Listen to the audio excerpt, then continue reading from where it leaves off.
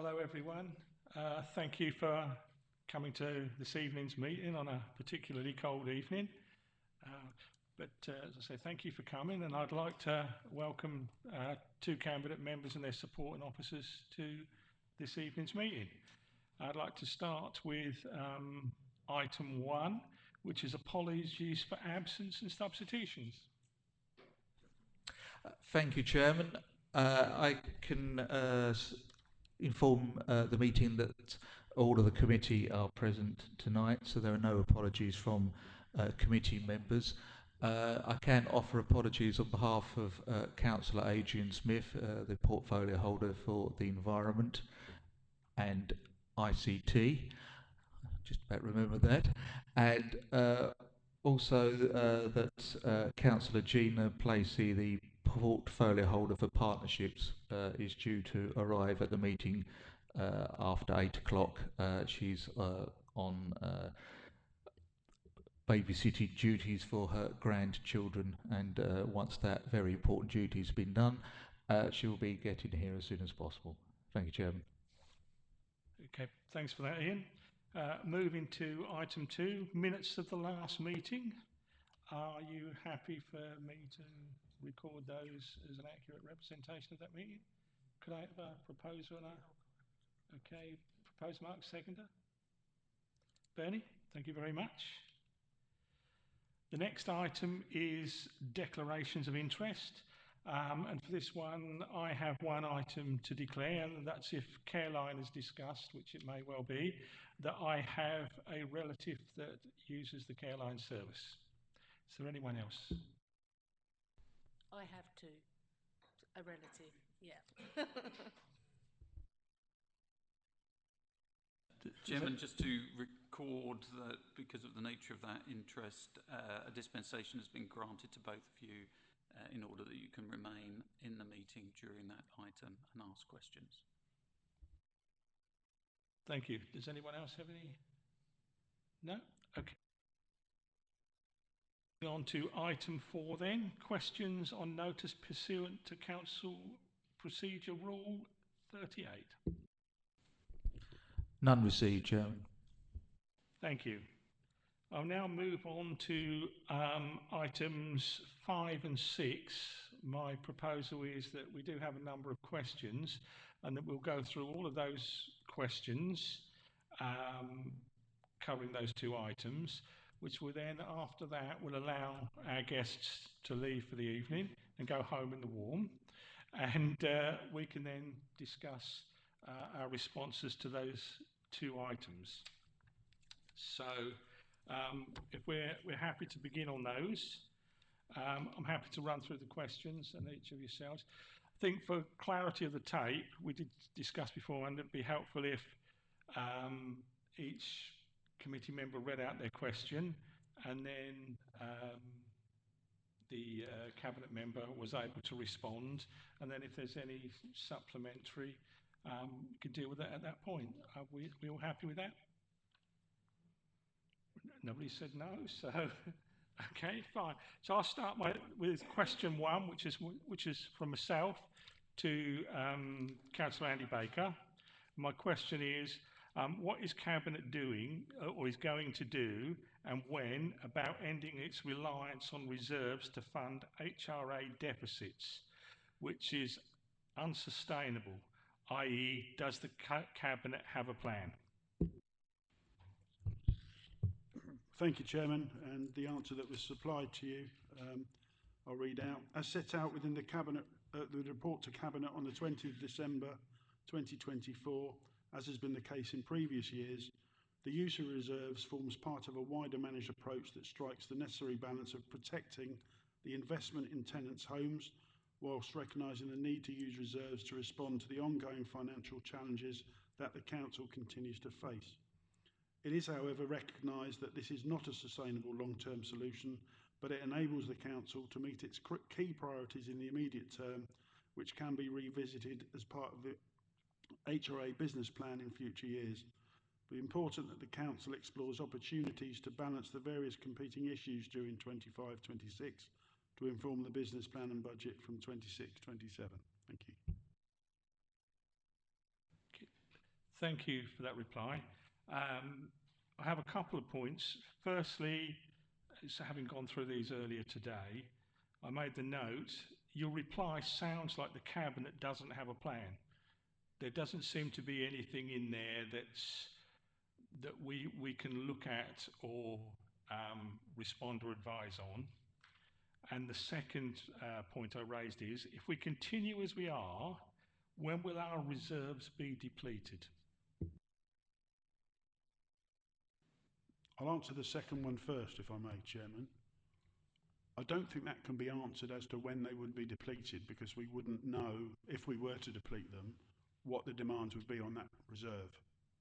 So I wouldn't want to guesstimate and say that 26, 27 we're going to use 500,000 when we may use less or more. So it's an impossible question to answer. And just give me a couple of seconds on the first one.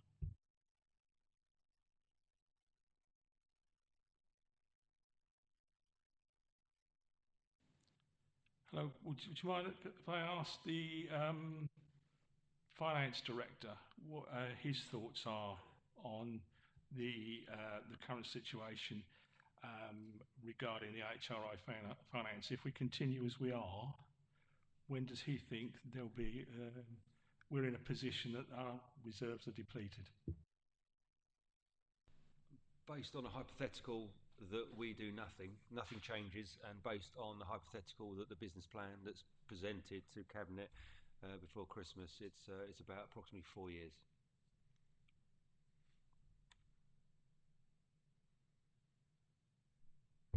And returning to the other point regarding the fact that there doesn't seem to be a plan that we can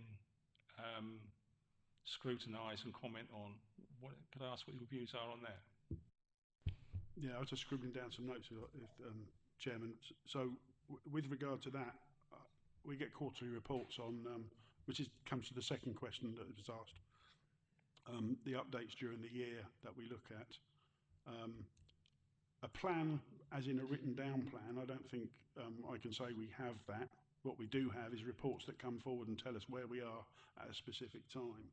And obviously we also look at savings or investment going forward in our properties. If we invest in our properties, then they will last longer, therefore we won't have to spend as much. That's the theory. In practice, whether that works or not is another thing to consider. So I think that I would hope that covers most of it. Thank you very much for that. Does anyone else have any? Peter. Thank you, Chair. Thank you, Chair. Just coming back on that point then. So, I mean, we just heard that 4 years is the predicted sort of period when it's going to run out, and we can't say when or what the plan is in 4 years' time. I get that we haven't got a crystal ball. What's the plan for the next 12 months in terms of, resolving the issue of using the reserves there? And also a secondary question, probably more so for the leader.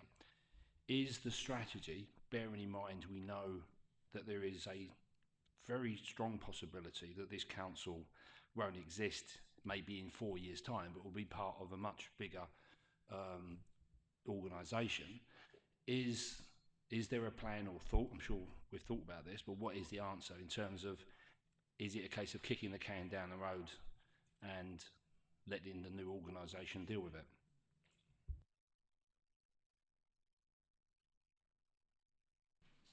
Okay, so you're talking about LGR.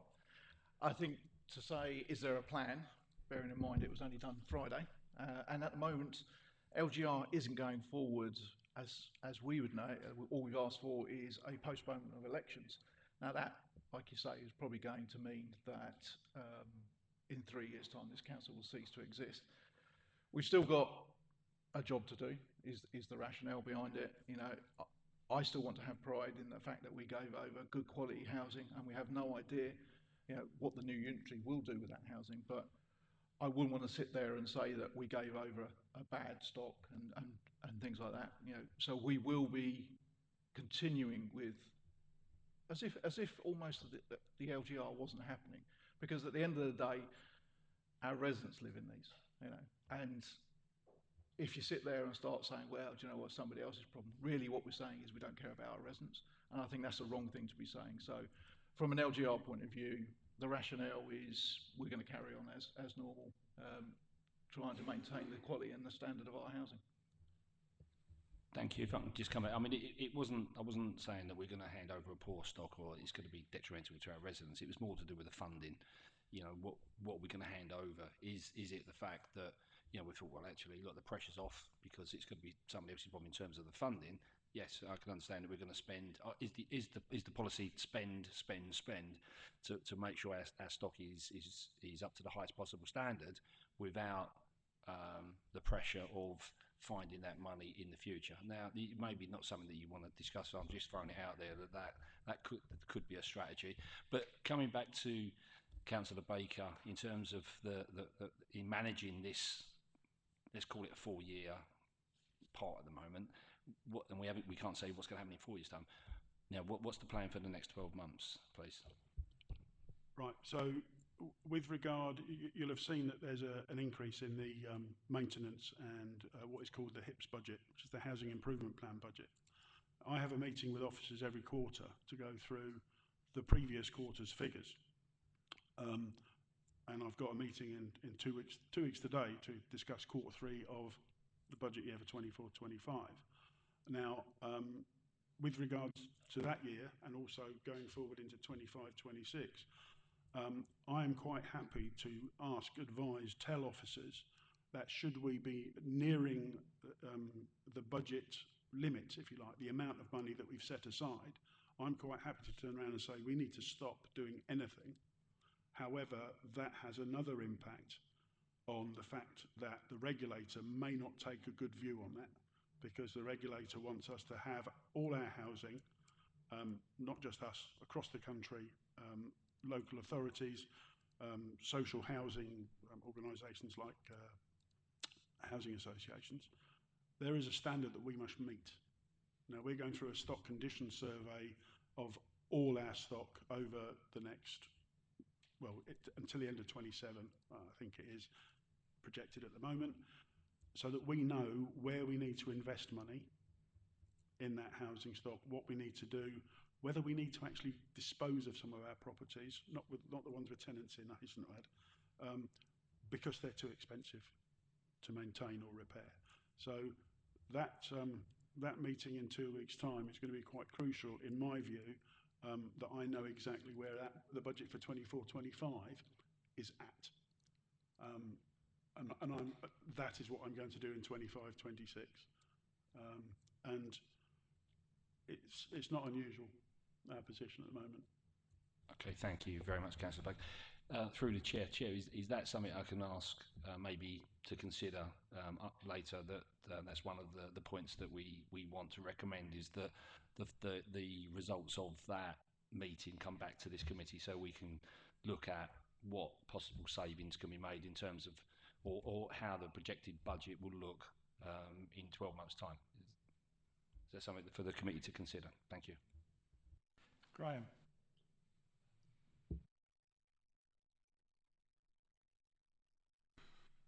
Help the aged week. Yeah, actually, I think you've probably answered the question, and I think in a previous meeting you have answered this, but I would just like to say that I view this, the timing of this will be crucial, where we get rid of or dispose of substandard properties, and if we run out of time and money because of everything what's going on. Have you any plans to keep an eye on that, and then maybe take the opportunity to use the finance from selling off the stock to improve our good stock? You did ask that question like this time last year, and I'll give you the same answer, I think, almost.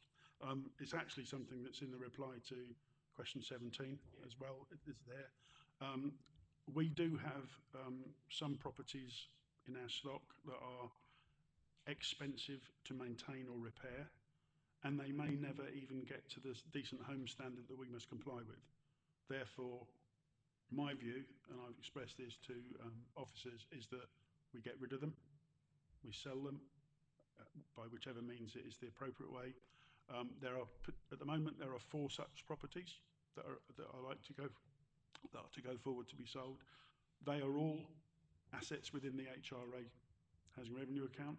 So the funds from the sale of those, as far as I'm aware, and Mr. Barrett will tell me if I'm wrong, that money will go back into that account. Now, whether we ring fence that money to purchase more or put forward to purchase more, or to use that money to improve or maintain our current stock, that's a decision that will be made at that time. Personally, I would like it, we replace them. That would be my ambition.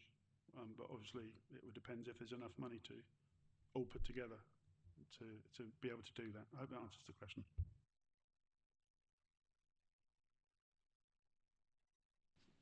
I'd be happy with that. Move to question 2 then, which is Bernie Goldman to Andy Baker. Bernie, over to you. Thank you, Chair. I think you've answered the question anyway, but by the looks of it, which is, will Cabinet be keeping an eye on the plan through the quarterly budget, financial forecast reports? I think your answer is pretty much in your answer, to be honest. The short answer is yes. I can see that. There'll be opportunities to provide updates during the year as part of the quarterly financial performance reports. And as I've just mentioned, I have meetings with officers quarterly, if not more often, with regard to where we are with budgets, like I say, with the housing improvement plan and the repairs and maintenance. Thank you. Do you have a Thank you. supplementary at all? That's fine. Yeah. I'd just like to ask, following up on that, firstly, you've obviously got this meeting coming up in a couple of weeks' time. It's only my thought, but maybe it would have been better to have that meeting before our meeting this evening, but that's just my view. But my follow-up would be, when can we expect to see the plans appearing? Will it be Q1, Q2, Q3? When will there be something that we can actually look at as a scrutiny committee? I may have misunderstood the question, but so the plans for HRA. Okay, so it's a draft highlight priority for 25-26, which is in your agenda, the next item, I believe. So that is, it's going to be a priority. It's got to be, isn't it? I can't, as you in your first question, is we cannot rely on reserves ad infinitum, because eventually there won't be any. And then we will be in a very desperate place if that ever happens, and I do not intend that to happen. So, yes, it would have been handy to have had my Q3 budget meeting before this meeting. That doesn't give officers a lot of time to put that together for me and have the meeting in the first week of January, unfortunately. If this meeting was a little bit later on, then yes. But I'm quite happy to come back to the committee and where I can, because obviously that is an internal meeting, but that budget is public, quite happy to come and discuss that with you at a further date, if you wish. Thank you for that. So when do you think we'll see the plans appearing in Q1, Q2, Q3? I think I can answer that one. As Andy, Councillor Baker said, that we've got the sustainable HR as a highlight priority. I think in there, at the next cabinet, we've got the milestones coming next month. We've got next month, so it's next month. So I think you can get your answers probably from when we do that piece of work. So, I'm sorry, I'm confused. So you will get those after your meeting in a fortnight? So in cabinet next month, we'll be setting out the milestones for our highlight priorities. And in those milestones will be when we're talking about the draft highlight priority for 25-26 for the sustainable HRA, the milestones for that will be in that cabinet report on next month. So does that make sense? Yeah, thanks very much for that. Appreciate it.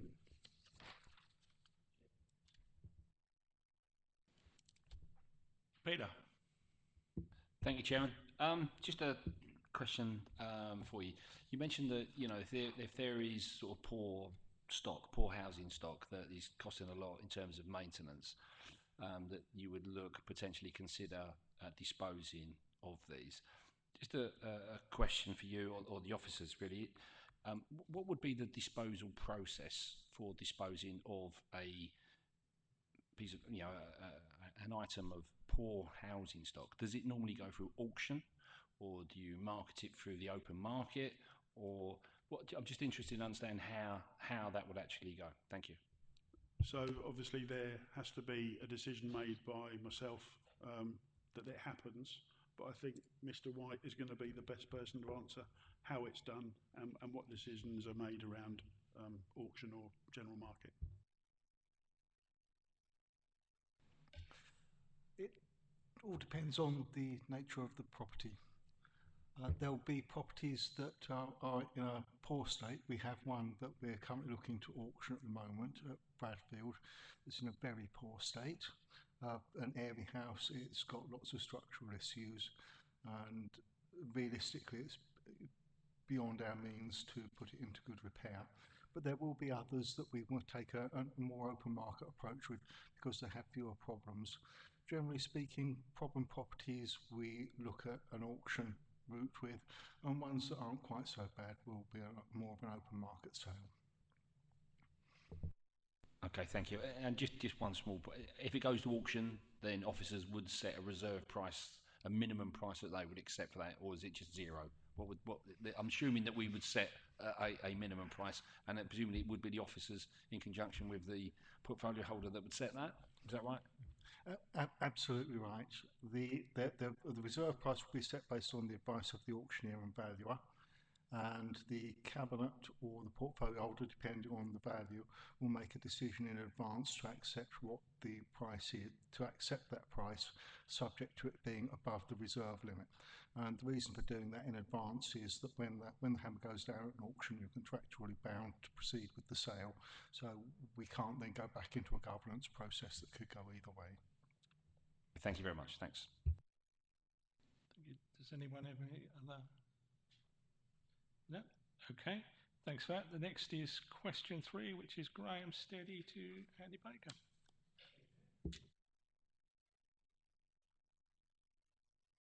That the HRA maintenance and capital programme needs to be reduced in expenditure terms. And what are the underlying factors behind the expenditure increase in these areas? Thank you. If I'll just read out the answer I gave you in writing. So if I can refer you to my response to question 1 in terms of the investment in the housing stock within the context of the wider HRA financial position. In terms of the underlying factors, a number of issues were highlighted within the report considered by Cabinet on the 20th of December and included increases in costs being experienced by suppliers, contractors, underlying inflationary pressures, and meeting the regulatory and asset management plan requirements. In terms of additional details, the nature and the age of the Council's housing stock has become costlier to maintain, as we know with our own homes. Costs of materials and labour have also increased, and no doubt the Government's recent decision to increase employers' national insurance contributions may also have an impact in the costs of any contractors this Council may use and charge. And I think, as I've stated, and it's been stated before, the Council must ensure that the homes it lets to tenants meet the decent home standard and are free from significant disrepair and hazards to health. The cost of undertaking this maintenance continues to rise due to inflationary pressures. The Council is also required to meet a set of tenant satisfaction measures and is subject to an enhanced programme of regulation from the regulator for social housing. In light of this, it is not necessarily possible to reduce expenditure, but it is possible to seek efficiencies and reprioritise work where this does not jeopardise the safety of our tenants or lead to the Council failing to meet regulatory requirements. Many councils with retained housing stock are experiencing increasing pressure on their housing revenue accounts, with annual deficits forecast for the short term. Thank you. Thank you. Do you have a... So on the theme of efficiencies and obviously doing up stock, have we ever actually looked at doing selective licensing schemes to raise money in the private sector?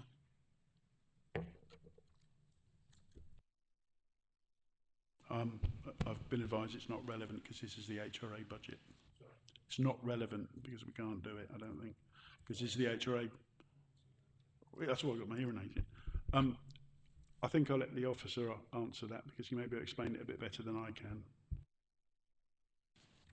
Thank you. Yeah, so selective licensing scheme applies to the private sector, so the private rented sector. So here we're talking about the housing revenue account, whereas the private sector licensing would be for the general fund. So the two are not kind of. But couldn't we use the money from the selective licensing to subsidise our housing revenue account, or would that be more appropriate for the general fund account? I think anything we raise for that would have to stay within the general fund. Richard will correct me, but you can't move money between general fund and HRA in that way. So you can't fertilise as such.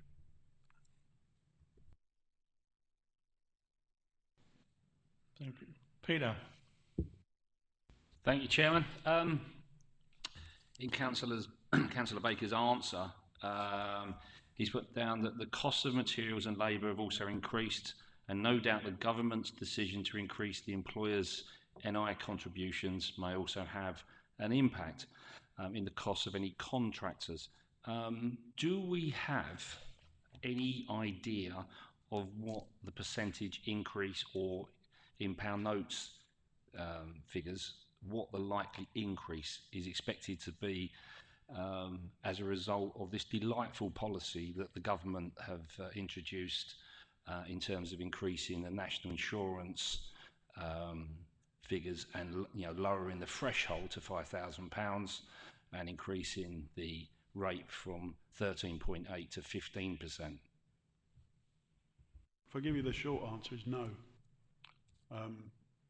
I will be discussing with officers that where it does have an impact and how it impacts on this council and its budget. But at the moment, I don't have any figures to give you. When I do, I will quite happily share that with you. But could we safely say that it is inevitable that it will affect the council because it's having such an impact on small business that there will be a knock-on effect in terms of costs? It's inevitable that will probably happen. Thank you. I think it'll have an impact. What that impact will be is an unknown, isn't it, at this point? Does anyone else have any questions? I've just gone. I'll try not to have a supplementary on every question, but you say that, quote, not necessarily possible to reduce expenditure, but it is possible to seek efficiencies and to reprioritise work where this does not jeopardise the safety of our tenants or lead to the council failing to meet regulatory requirements, unquote. When will we see this reflected in the financial performance reports?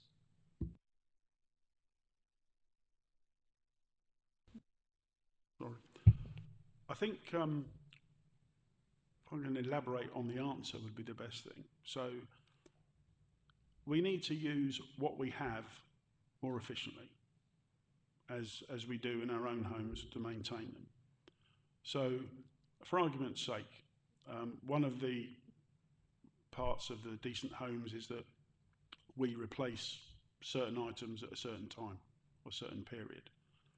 But do we need to do it at that time? So do we need to put a new bath in after 10 years when we could possibly do it after 12 because there's nothing wrong with it? Why would we throw a decently good bath out just to replace it with a different bath?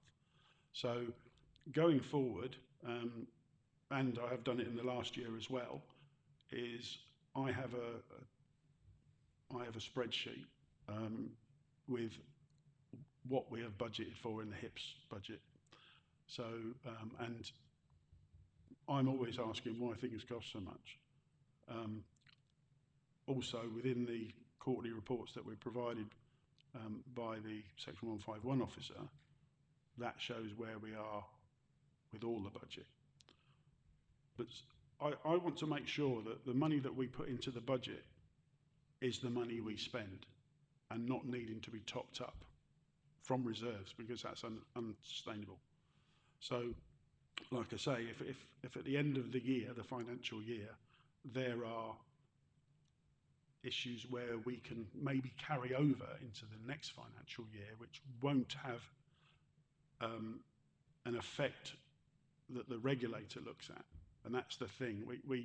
We are now in a period of strict regulation by the regulator for social housing, who actually doesn't care if we can't afford things.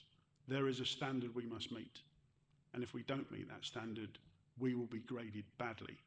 And that is not good for the reputation of this council. I can't remember the name of the council, but it is in one in Essex. They got a C3, which is very low. They were downgraded to a C4 and they were criticised very heavily. I don't see us ever being in that position, because I'm comfortable where we are with what we're doing with all the money we invest and how we deal with our tenants. And that's the main thing, is the tenants have a decent home to live in. We have decent homes to live in. Why shouldn't our tenants have a decent home? Okay, thank you very much. Yes, of course. I just wonder if we're asking questions that there is no answer to, because, you know, ultimately, like the impact of the national insurance increase on contractors, well, we don't know that, because we don't know what contractors would be using, how many employers. There's too many variables to be able to guesstimate those answers. Sorry, you're all looking at me blankly. Have I gone off at a tangent? But that, you know, I'm sitting here thinking, how can anybody answer the questions that we're asking if there's too many variables in the situation? Do you understand what I'm saying, Richard? I'm looking to you because you're the money person. But I just don't know how we can ask somebody to guesstimate the impact, because it's an unknown quantity, isn't it? We'll only know that when we get the budget, quarterly budget reports. It's a financial risk, isn't it? We can't put a figure. You can't put, you know. And I think that's what we're trying to do, is recognise it. It's a good councils and a council that's aware of what its risks are, its financial risk. Which are, you know, that's the whole point of the HRA business plan, is to kind of look at those risks, respond to those risks in a timely fashion. Which is part of the conversation. One, you know, what we're doing and when we're doing it. I think it's really important discussion. But yeah, you're right. You can't put figures on such things.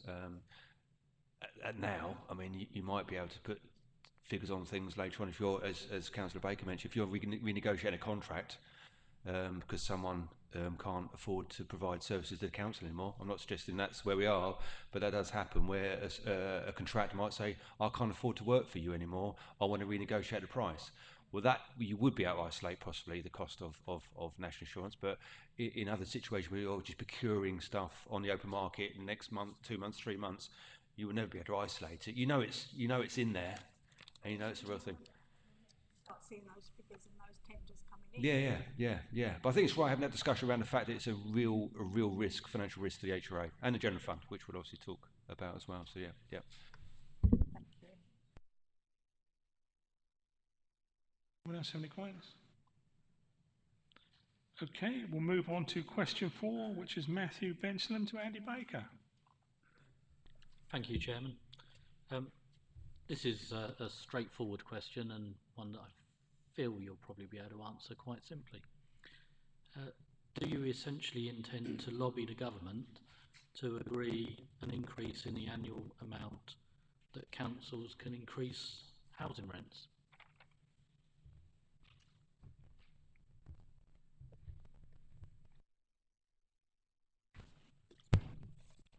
Technology don't get on very often. Yes, short answer. With the intention to continue to lobby government for the necessary flexibilities as the opportunities arise.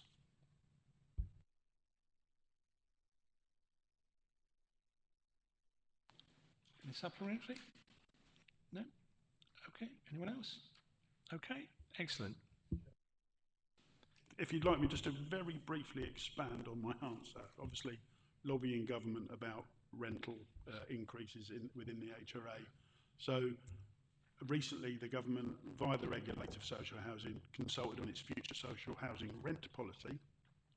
The policy proposed would remain in place for at least 5 years from the 1st of April 2026, with a further 5-year settlement for the period beyond, and it's expected that rents will be permitted to be increased each year by CPI from September, so the CPI number in September, plus 1 percentage point. So as CPI was 1.7% in September, our rents will be going up, provided council agrees the budget, by 2.7%. So the council's responded to that consultation recently. Okay, thanks for that. Peter. So there is a question I've got on that one, which is, I can see you've said yes, that you are intending on lobbying the government. Do you intend on speaking to our 2 local MPs that may help you in that endeavour? Thank you. I would hope that they would support any lobbying that we do. So yes, is the short answer to that, Councillor Harris. Thank you. Okay, moving to question 5, which is Peter Harris to Mark Stevenson, the leader. Thank you very much, Chair. Question 5. Excuse me. Does the council intend to seek feedback from businesses on whether they are likely to survive or go under in the current economic climate, so that it can gauge on the likely impact on business rates, collection amounts? And if I may be specific, as a small business owner myself, I know how there's kind of things that are impacting business, which is, as already been mentioned, national insurance increase and the lowering of the threshold, particularly around in the Clacton sort of town centre, the reduction in business rates allowance from 70% to 40%, the increase which has already happened last year, which is the corporation tax increasing from 19 to 25%, and of course increased energy costs as well. And the feeling that I have amongst many businesses is that confidence is low at this moment in time. So seeing how important business rates are we in discussions with them? What's the feel in terms of where we see business? Is it too early to see the impact? What are we doing really? Thank you. Thank you, Councillor Harris. And you mentioned your business, but we should declare it's not in this district, so therefore no need to put an interest in. So I'll read the answer out. The council does engage with local businesses on a regular basis via the economic growth team and receives feedback on various issues such as impacts from economy, market, etc. Yes, obviously national insurance, energy prices, you name it, there's all sorts of things that businesses have to compete with. And I think the team does a very good job of touching base with quite a few businesses. And I think it's fair to say you've only got to look at any trade magazine, that the confidence is very low at the moment. When it comes to business rate collection, we're not going to see any sort of quick and fast indication. I think businesses are, the biggest hit obviously that you keep mentioning is the national insurance. Yeah, and I think they're going to take time and stock. You've seen recruitment already go down, and you're going to see whether people think their businesses are viable. You've already heard some stories that some businesses, not in this area but across the country, are now saying they're going to close, with other businesses passing that national insurance contribution onto their customers through price increases on their products. As for the business rate collection, I think it's fair to say that we will continue to do what we do with the business rates. We have got reserve earmarked for any problems around the business rates. That's just under £2 million. And just so we're clear, we've never touched it in 10 years, so I'm not expecting to do it this time either.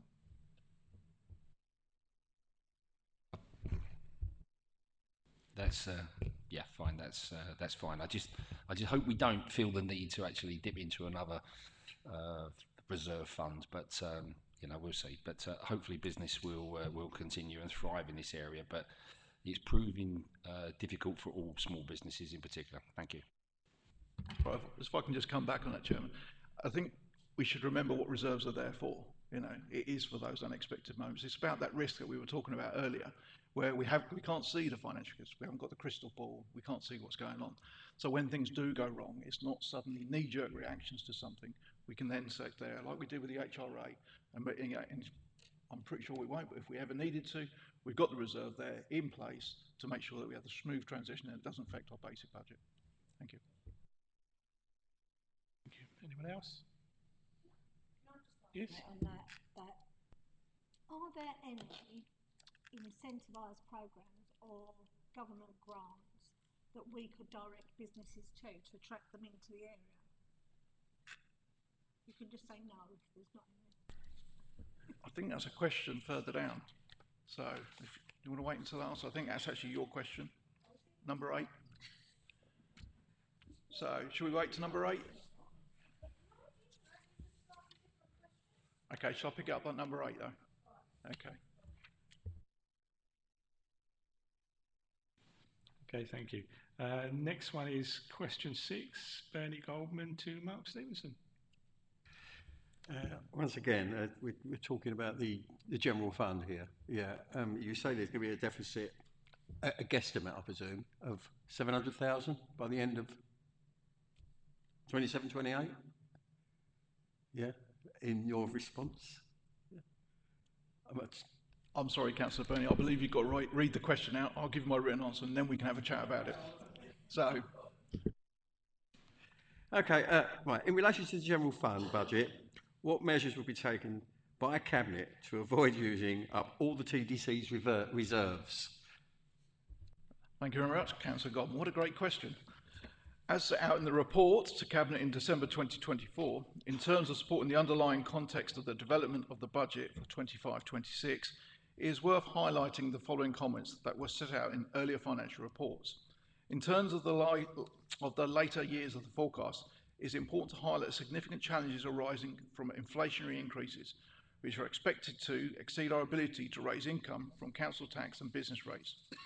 Therefore, at some reasonable point in the future, the council must be able to put itself in the position of balancing its annual budget. Otherwise, the position is unsustainable.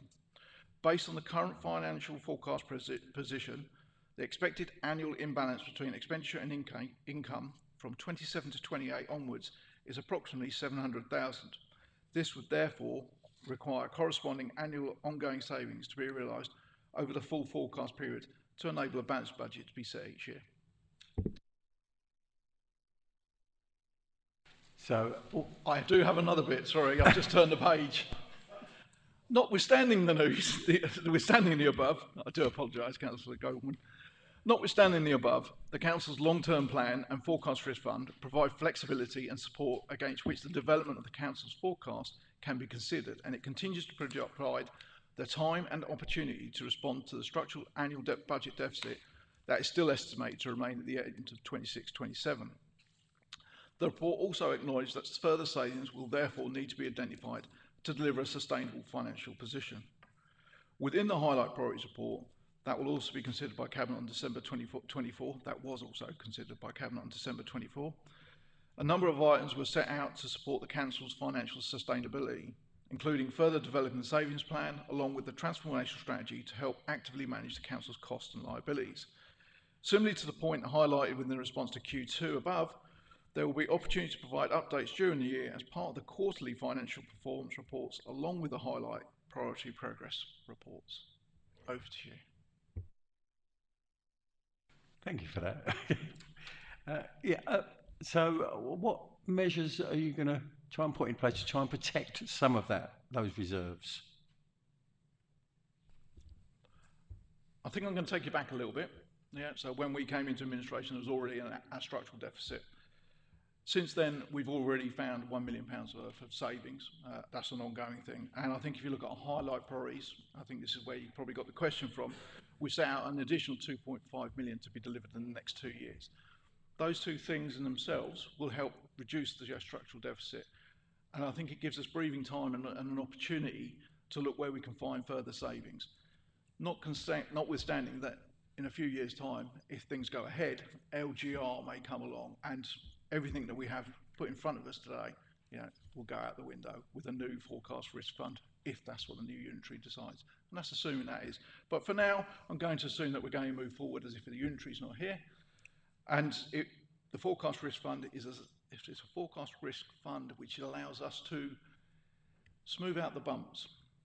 So for me, the way that I always see that is I speak to other leaders. I spoke to one the other day, and they've got a massive budget gap which they've got to find by the end of February. Now, we don't have that problem because we have a forecast risk fund.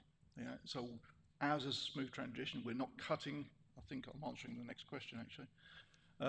We're not cutting services, knee-jerk reaction or anything else. We've got time to think about long, drawn-out plans that are how we save it. And that's really what 25 and 26 are all about. It's the 2.5 million. And as we're going through those years, we'll be looking at 26, 27, 27, 28, and so on, trying to find those savings and seeing where we can eke them out. You can't predict, no crystal ball, about what's coming. I couldn't have seen the national insurance. I couldn't have seen COVID. I couldn't have seen any of the things that have absolutely hammered us, and I couldn't. So I think I'll leave it there, but that's where I am with that. Thank you very much for that. Thank you. Thank you for that. I've just got a couple of questions which may be predictable. The first one is, if we continue as we are, when will our reserves be depleted?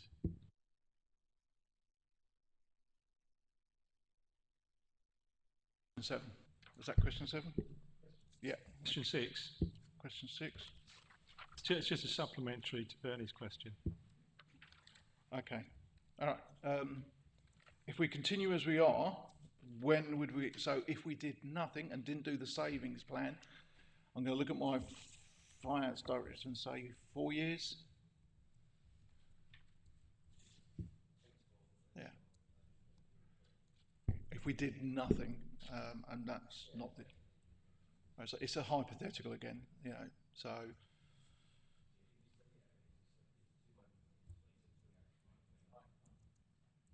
Yeah, from 2027, 28 onwards, you'll be starting to have that sort of difficult. Hypothetically, again, if we do nothing and the forecast pans out as it's been sort of presented so far, yeah.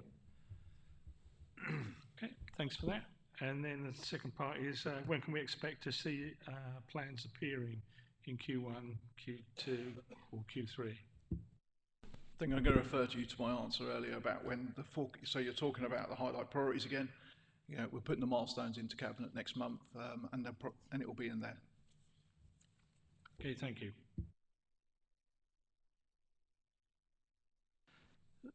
So the next one is question 7, which is myself to Mark Stevenson.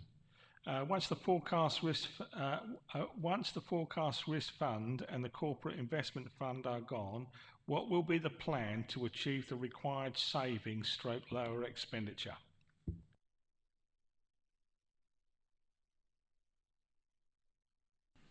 Okay, I'll read the answer. Can I please refer you to the response to question 6 above, which I hope addresses the point. It is worth adding that identifying savings and lowering costs will always be activities that need to be undertaken by local authorities as part of its best value duties and financial planning processes, and there will always be a balance in terms of how they will use their resources. For example, it will be important to use funds such as the Corporate Investment Fund to invest in areas that can help save the council money wherever possible, and therefore go hand in hand with supporting our financial viable future. In terms of and that's that. Sorry, that's the answer to that question. Getting ahead of myself. Thanks for that. It's appreciated. No, I've got no supplementary. I don't know if anyone else has. No? Okay, thanks. So it's now question 8, which is Carrie Doyle to Mark Stevenson. This is slightly different from what I was asking, because I was asking for specifics, and this is very broad, but that's fine. So what is the council's strategy to attract businesses to the district in order to increase business rates income, plus ensuring housing growth to increase council tax income? It is slightly different to what you asked, but I did want to pick them up. They seem collectible. You can merge them, that's Yes. fine. So the written response is, in terms of attractive businesses, the council works with inward investors when they come forward and includes work being undertaken within the Freeport East project where such investments is coming forward. It is also important to highlight the growth that is also currently being seen across the district, which is supported by the council's economic growth and planning teams and via various activities and initiatives such as the tendering for growth. In terms of housing growth, the council has a strong track record of house delivery, with the main driver being the local plan. So that's my response there.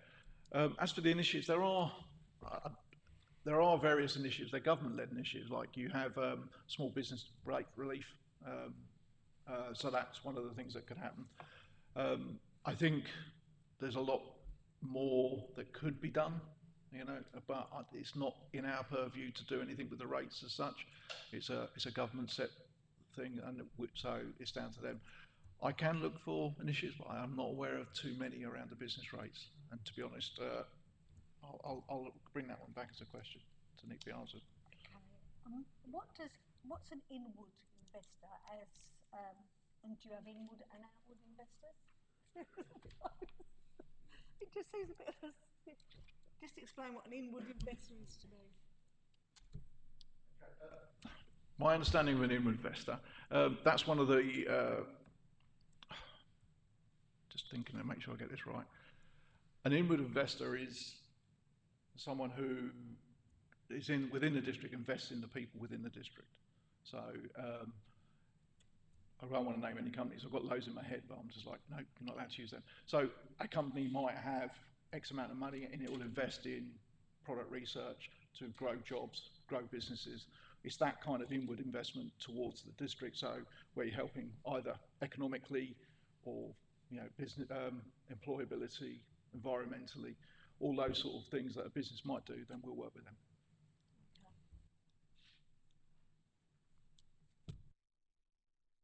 Okay, thank you. Graham? Thanks.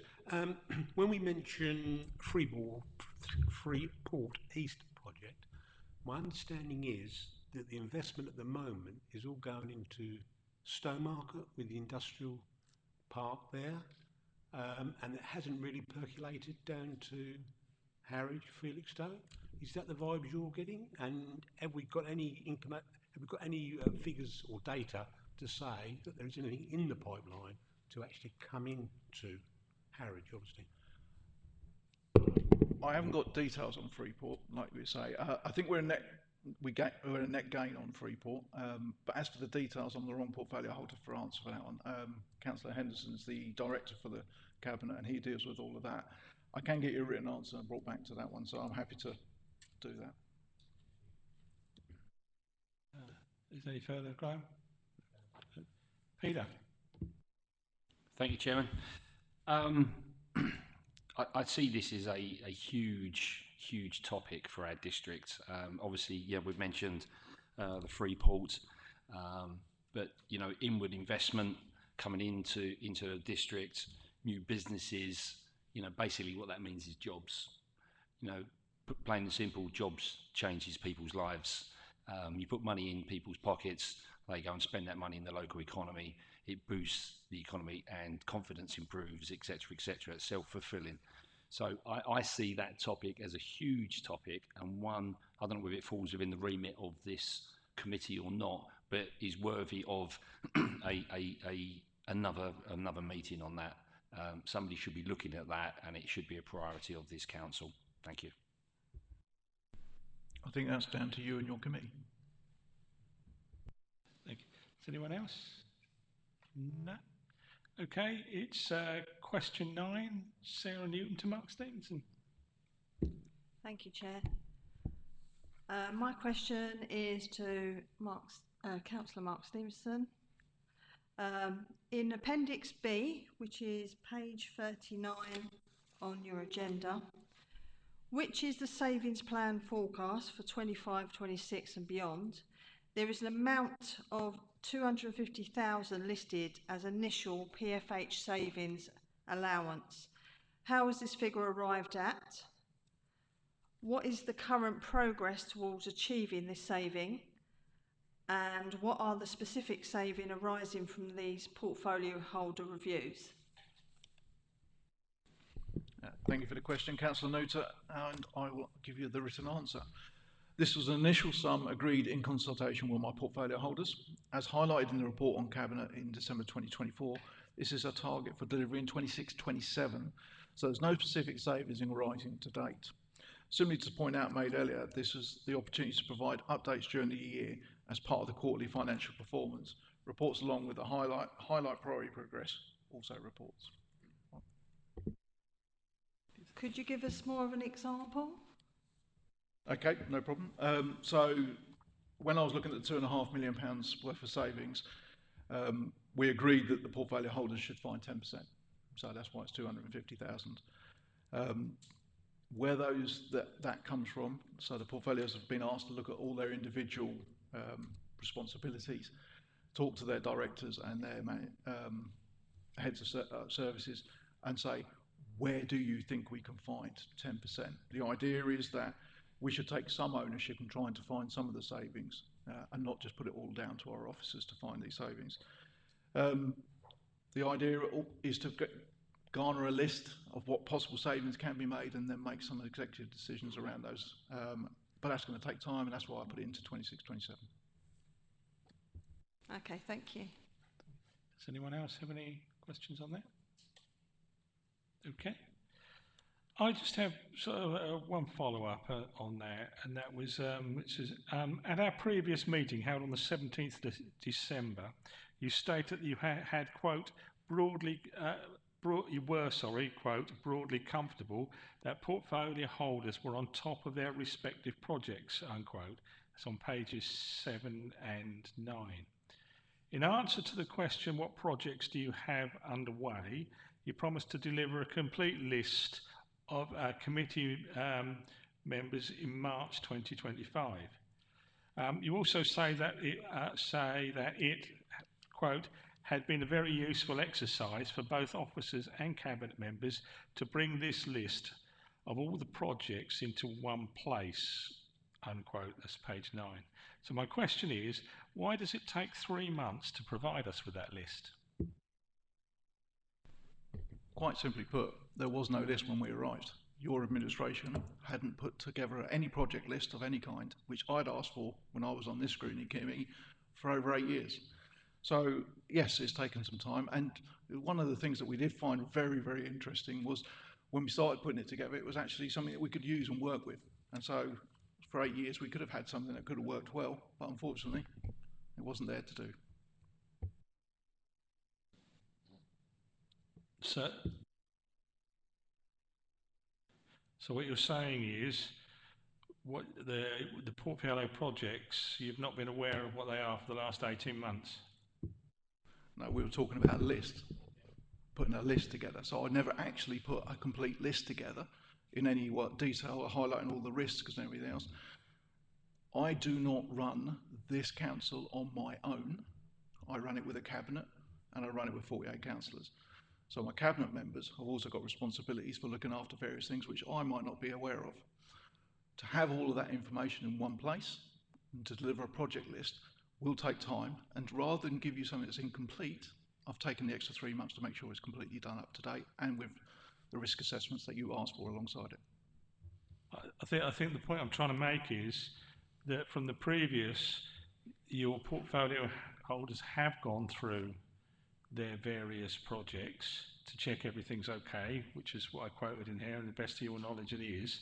So if they've done that, why isn't there a list?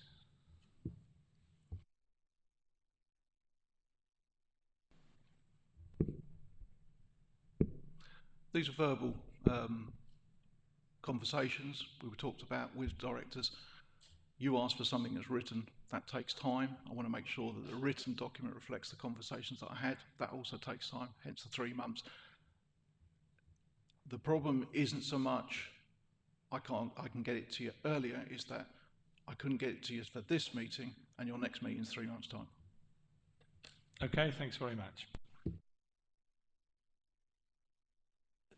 So next question is question 10, which is Matthew Bensalim to Adrian Smith. I imagine that I'm Mark happy Stevens will be to take answering. this Yeah. one.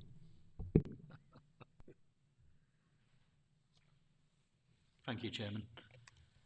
Thank you, Leader, for agreeing to take this question in Councillor Smith's absence. Much appreciated. This really relates to the same appendix that my colleague Sarah Newton, Councillor Newton, was just discussing. And in the same appendix there's an IT saving of 200,000 arising over the next 2 years. And we're really just asking, what are these savings and how will these initiatives be delivered? So just a bit more detail on that saving, really. Thank you, Councillor Ben-Salim. Councillor Smith did offer to come in today, but he is very ill and has been for a week. And I thought it best that he stay away because none of us want to be having, under what currently is a very bad flu pandemic across the country, to be off work for 2 or 3 weeks. So I said I'd happy to take this question. So in answer to your question, the written answer is the programme of IT savings comprises a number of project deliverables over a 2-year period and include multi-partner Essex-wide IT procurement initiatives, software licence reduction savings, a major IT technology telephone line replacement project, in-house developed application supporting software, replacement of legacy systems, data science AI to optimise income collection efficiencies. And that's the written reply. Thank you for that. And in fairness, I don't think anyone would expect any more detail from you as you're answering on behalf of Councillor Smith. But can I just ask that you do pass on our best wishes to Adrian from all of us on the committee, and please wish him a speedy recovery. I'm sure we'll appreciate it. Thank you very much. Thank you. Does anyone have a Mark? Actually, mine's almost a comment. I mean, we are actually looking at the IT assets as one of the task and finish groups.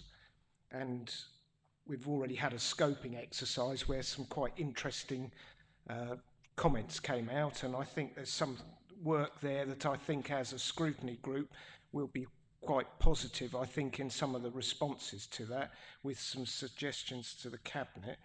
But I was almost going back to your previous answer and, asking, the requests for seeing some of the, some of the work coming out from portfolios holders sooner rather than later. I think that we should actually look at scrutiny, especially the situation we're in now with local government review, that we should be seeing these projects earlier, because we're not just here as a scrutiny panel to attack the administration. We are here to be a critical friend. And I think that IT work, we have started to look at it, and I think there will be some interesting things come out of it with some good recommendations. So I think we need to be possibly having a little bit more feedback into this so that we can be a critical friend and not just someone that's beating you with a stick. I am really glad to hear the words critical friends. It was one of the key words I always used to use when I was chairman of this cabinet, this committee. Yes, absolutely. The IT, I'm really looking forward to what comes from your scrutiny on that. That would be really handy to have, because I think we want to develop the IT side of the council, and that was proven with our AI policy that came out in Cabinet last month.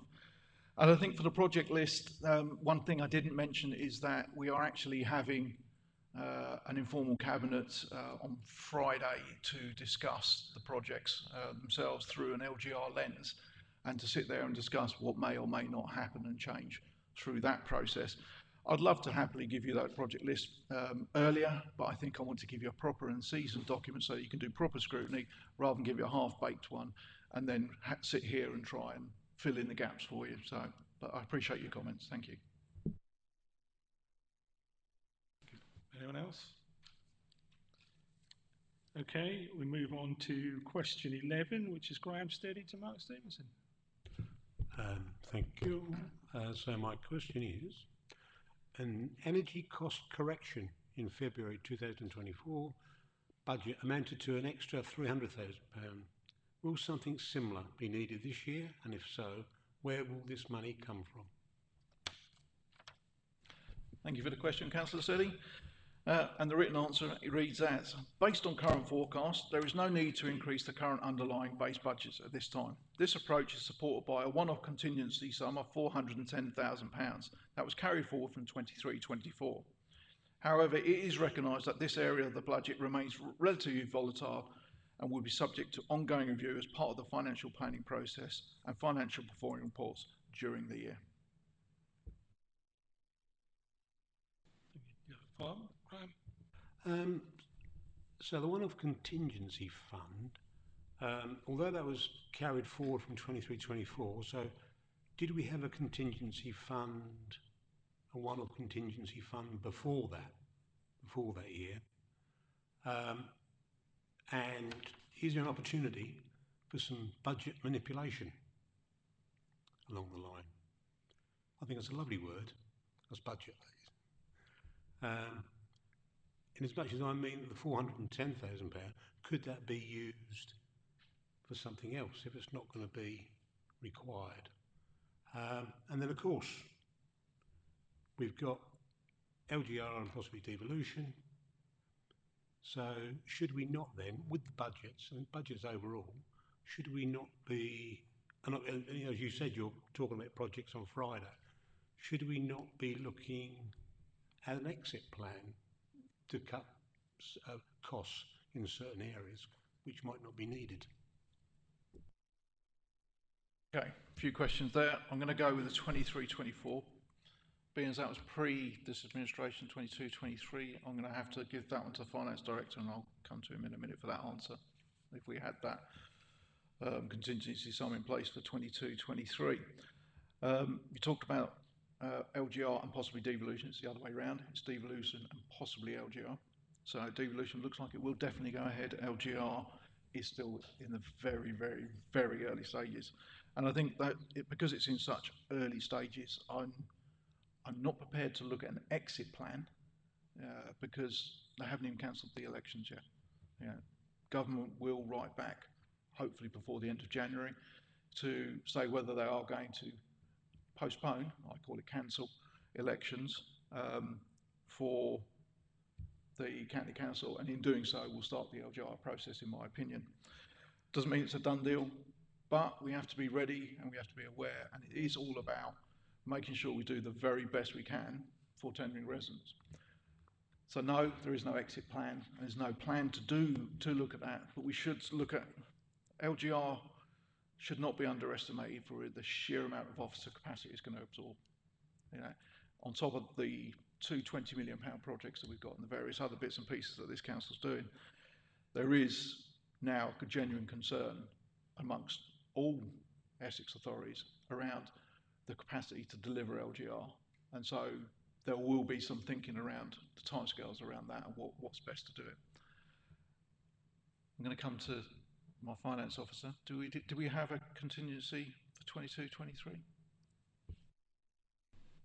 Yeah, it was a one-off amount we put in because the volatility a few years ago was very spiky, and as a one-off sum, it's not been topped up. So this is the money left over from that initial set aside a couple of years ago. So yes, it was in existence before then, and it's running down as we use it.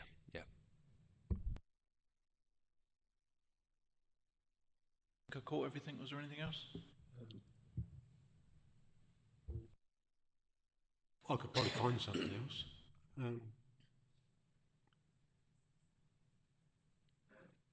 Being relatively volatile then, in the time period or time span we've got, have we sort of looked at more savings on solar panels or heat pumps, or is that something which you don't think is up for consideration at the moment? I think there's no ideas off the table. The Corporate Investment Fund is, from my personal view on it, and I've spoken to the Cabinet about it, is that we should use this to find savings. So putting solar panels on our leisure centres, for instance, because the two biggest costs for the leisure centres are staff and energy. So if we can reduce the energy costs, then we make them more sustainable.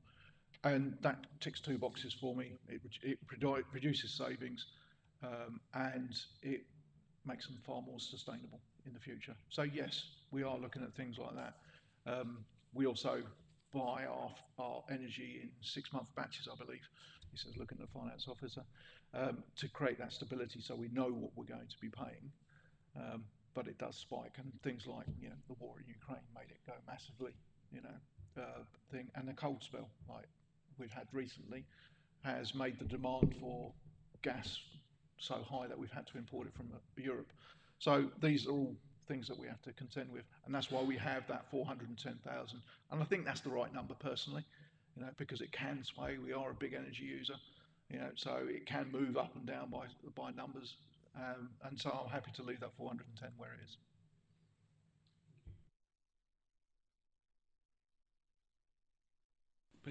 Peter. Thank you, Chairman.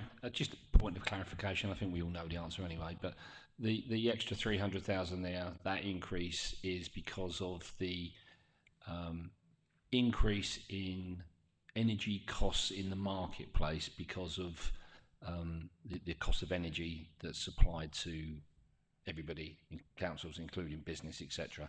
And because of the volatile nature, you mentioned Ukraine, etc. That's why the costs went up. Absolutely. There could be any number of worldwide economic factors that do that. I mean, the weather itself just going extremely cold. We've had some very mild winters, you know, and, you know, you come out and there's frost on the ground. Ooh, you know, it's like, wow, I haven't seen that in a while, you know. So, and all of a sudden it's, you know, the price of gas has gone up because everybody just turned the heating on. I mean, it's cold in this room today. I don't know if you're all feeling it, but I can definitely can't feel the ends of my fingers at the moment and trying to. So, you know, council's doing its bit by turning off the heating tonight, you know, and you know, energy savings all round. So, but yes, your points are well made. Okay, thank you. Anyone else? Okay, moving to question 12, which is Mark Cousins to Mark Stevenson. Thank you. Right, 12. In the savings plan forecast for 2025-26 and beyond, it lists expected savings over the next 2 years of 220,000 arising from asset review. How will these savings be in fact delivered?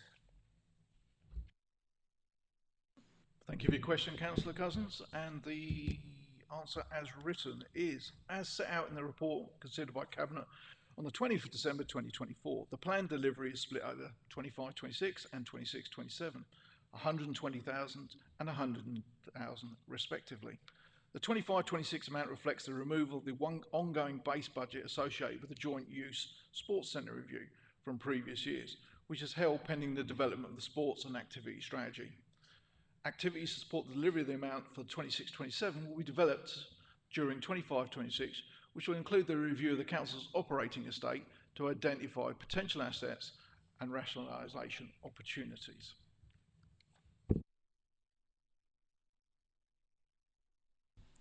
Right, thank you for that. So it's quite clear where you're getting 25-26. For 26-27, how much of this falls into probable savings and how much falls into possible rationalisation opportunities? And will we get to see the possibilities being explored before they're implemented? So you've got me crystal ball gazing at the moment. I mean, this is, yeah, that's what 25-26 is going to be doing, is to identify those savings. I couldn't answer which percentage of what is going to be 26-27 because that's what we're doing in 25-26. So you're anticipating work that we haven't actually carried out yet. But will we get to see the possibilities and the opportunities before they're implemented? Because I think it would be useful if, you know, the whole council had opportunity to choose the way forward sometimes for what we have to do. Transparency is the key of the game. We've never had anything to hide. I can't see why we wouldn't share that with you. There's no reason not to share it with you either, is there? If I'm honest. So, but we just need to do that piece of work before we do share it. It's in the highlight priorities, you know, as one of the things that do it, and it's in the saving plans. Might have had that the wrong way around. It's definitely in the savings plan. But yeah, I mean, because it's in the savings plan, at any time you guys can ask for it to be brought forward, and we're happy to show you where we are at that moment in time. Thank you. Does anyone have any supplementaries? No? Okay. The next question is question 13, Peter Harris to Mark Stevenson. Thank you, Chairman. Question 13, and I read this out as a critical friend. The unused former council offices at Wheatley, my ward, are still producing on costs for TDC of £65,000 per annum. How will this be resolved and how soon? Does the disposal process for these former offices need to be restarted? Is TDC properly holding Rose Builders to account? Not sure that that's fair, but it's written. What are these former council offices at Wheatley worth now, given that it is 3 years on from the initial disposal decision?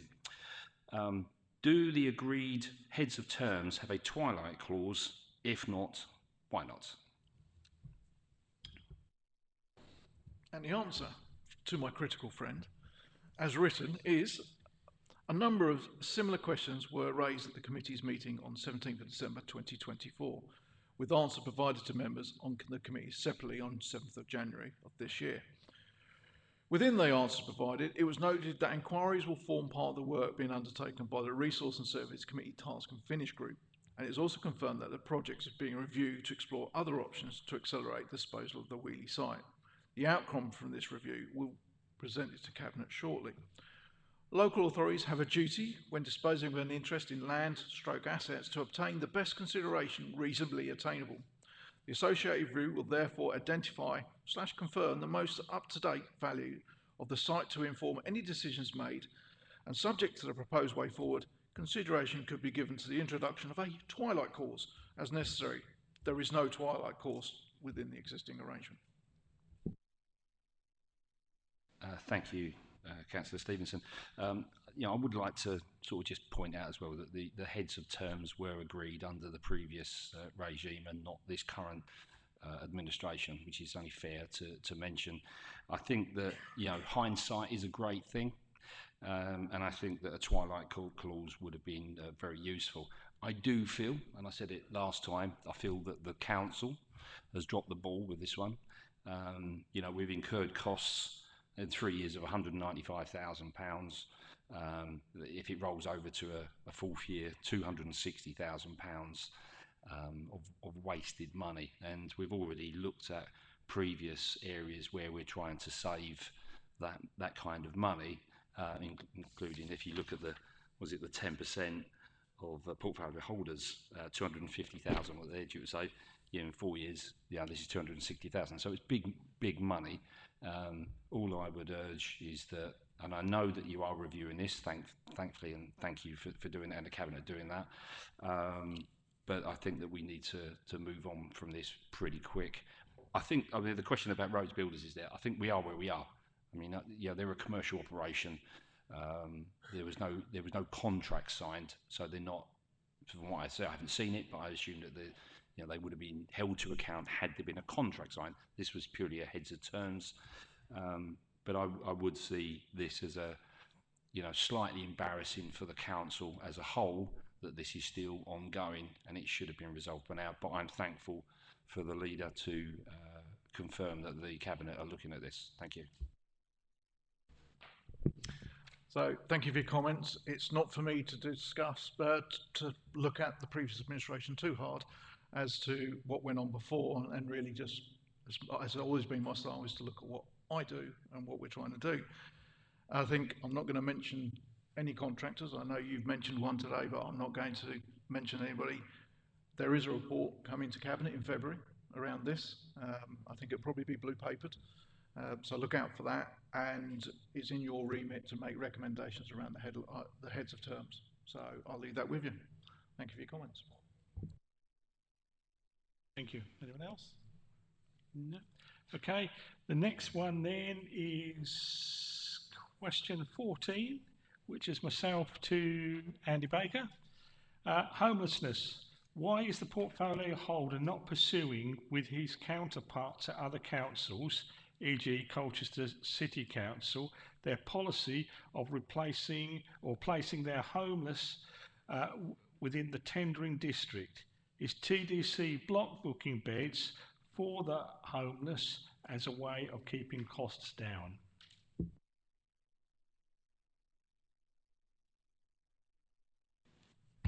Chairman, there are another two questions. Are you going to ask? There are 4 questions within your question, so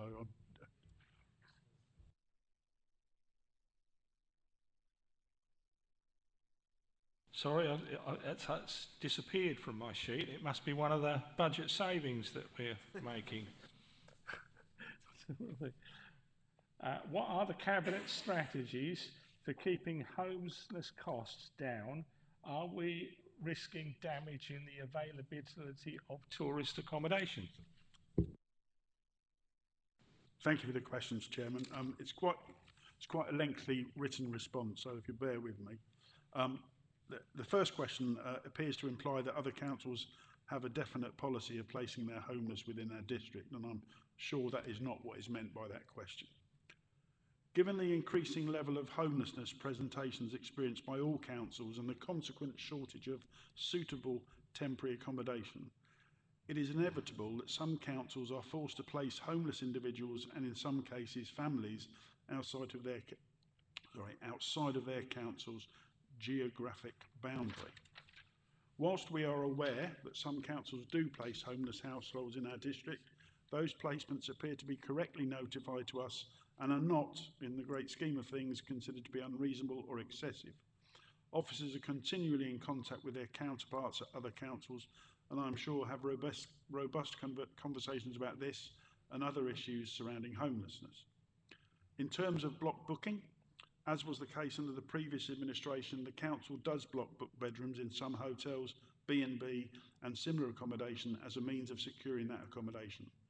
In some instances, the block booking of that accommodation means it can be secured at a better price than would otherwise be the case. In terms of the Cabinet strategy for keeping homelessness costs down, we have a homelessness reduction and rough sleeping strategy 2020 to 24, which is due to be revised and renewed in the coming months alongside the housing strategy. Unfortunately, due to the exponential rise in people and families presenting as homeless, the homelessness prevention grant provided by government has meant that this council, alongside most councils across the country, if not all of them, has had to find funds to finance temporary accommodation. A homeless prevention policy was also adopted by Cabinet in January 2024. It is highly probable that the measures proposed in the recently introduced Rent Reform Bill 2024, if passed, may have a positive impact in reducing homelessness. Officers are currently working on a temporary accommodation policy, which I'm hopeful will be before Cabinet in February. And in terms of the point made about tourist accommodation, it is possible that booking a large number of B&B and hotels may restrict the choice that prospective visitors may have when seeking accommodation. And mindful of this and the fact that B&B accommodation is not the most suitable form of temporary accommodation, officers have been working to source other suppliers of temporary accommodation, and in the last year have seen some of this accommodation become available, meaning that B&B bookings can be reduced. And as requested by Cabinet, a detailed report setting out the background and potential options to address the associated challenges is planned to be presented in Cabinet as soon as possible in 2025, which will also revisit in more detail the various points highlighted above. Thank you. Thank you for that answer. Obviously, from my point of view, moving people far away from their family, friends, support services and even jobs in their time of need helps nobody. That's my view. At our previous Cabinet meeting, you said that you were unaware of other councils placing their homeless within the tendering district. You now say that we are aware that some councils do place homeless households in our district. How has that changed, or why is there conflicting answers? So I think your question at Cabinet, and forgive me if I get this wrong, you asked if I knew about the 72 families homeless posted in the district. I didn't know about those. I've had a conversation subsequently with officers who've told me that yes, we do have a certain number from certain councils. I consider that to be an operational matter. Unless I need to know about that because there's a problem, I wouldn't expect officers to inform me unless they absolutely need to.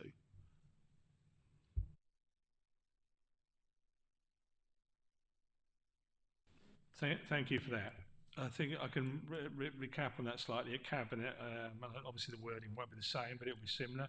In the first 6 months of 2024, that's January to June, Colchester Council made a total of 72 placements from 66 households in the tendering district council area. So my question is, how many have been placed here in the last 6 months, that's July to December? Chairman, I'll have to answer that question.